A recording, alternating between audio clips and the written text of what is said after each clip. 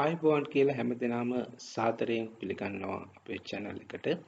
අපි අද මේ channel එකේ බලන්නේ Microsoft Excel වල තියෙන HLOOKUP function එක කොහොමද අපි අපේ වැඩවලට පාවිච්චි කරන්නේ කියලා. HLOOKUP function එක පාවිච්චි කරලා අපිට data table එක පළවෙනි row එකේ තියෙන data එකට අදාළ correspondence value එකක් වෙනත් row එකකින් හොයාගන්න පුළුවන් ඒ table එකේ. HLOOKUP වල අපිට උදව් කරනවා data හොයන්න horizontally. එහෙම නැත්නම් අපි කියනවා ඒක තිරස් අතට data හොයන්න. HLOOKUP කියන එකේ තේරුම තමයි H කියන්නේ horizontal කියන එක. අපිට HLOOKUP function එක ලියනකොට මෙන්න මේ විදිහට ලියන්න පුළුවන් HLOOKUP. වරහන් ඇතුලේ lookup value කියලා කියන්නේ අපි හොයන්න යන value එක. ඊළඟට comma table array එකේදී අපි අපට අපේ table එකේ තියෙන data range එක select කරන්න ඕනේ. ඊළඟට comma row index number කියන්නේ අපි data එක හොයන්න ඕනේ මොන row එකේද කියන එක. comma range lookup කියන එකට අපිට තියෙනවා option දෙකක්, true එහෙම නැත්නම් false කියලා දාන්න පුළුවන්. true කියන්නේ අපිට ආසන්න අගයක් match කරගන්න ඕන නම් අපි දානවා true කියලා. අපිට ඇත්තම නිවැරදි මගය ගලපන්න ඕන නම් අපි ඒකට දානවා false කියලා. මෙන්න මේ විදිහට තමයි අපි ලියන්නේ HLOOKUP function එක. දැන් අපි උදාහරණයකින් බලමු කොහොමද මේ HLOOKUP කියන function එක පාවිච්චි කරන්නේ අපි වැඩක් කරගනිද්ද කියලා. හිතන්න ඔබට තියෙනවා මෙන්න මේ ආකාරයේ data set එකක්. මේකේ තියෙනවා data range එක විදිහට තියෙනවා A1 වල ඉඳන් D2 වලට යනකම් data range එකක් තියෙනවා මේ ආකාරයට. එතකොට මේකේ පළවෙනි row එකේ අපිට දකින්න ලැබෙනවා banana, apple, berry කියන item ටික. දෙවෙනි row එකේ අපිට දකින්න ලැබෙනවා ඒ item වලට අදාළ prices.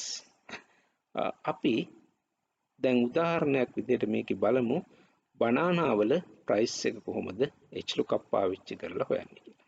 එතකොට අපි formula එක විදිහට ලියනවා HLOOKUP වරහන් ඇතුලේ අපිට දාන්න පුළුවන් inverted comma ඇතුලේ banana කියලා අපිට ලියන්න පුළුවන්. එහෙම නැත්නම් අපිට මෙතන B1 කියන එක ලියන්න පුළුවන් ඍජුවම inverted comma දාන්න නැතුව.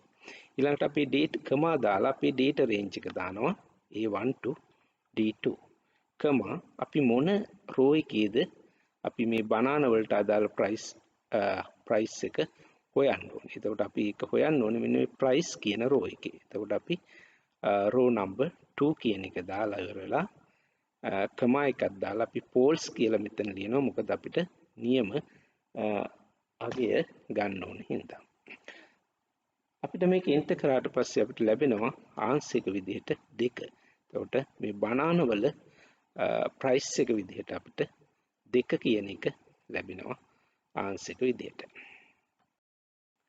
අපි තවත් උදාහරණයක් කරලා බලමු. මේකේ තියෙනවා අපිට මේ data set එකේ ABCD කියන companies අතරේ පළවෙනි දවසේ ඉඳන් 20 වෙනි දවස වෙනකන් එක සමාගමේ shares වල මිල ගණන් කොහොමද වෙනස් වුනේ කියලා.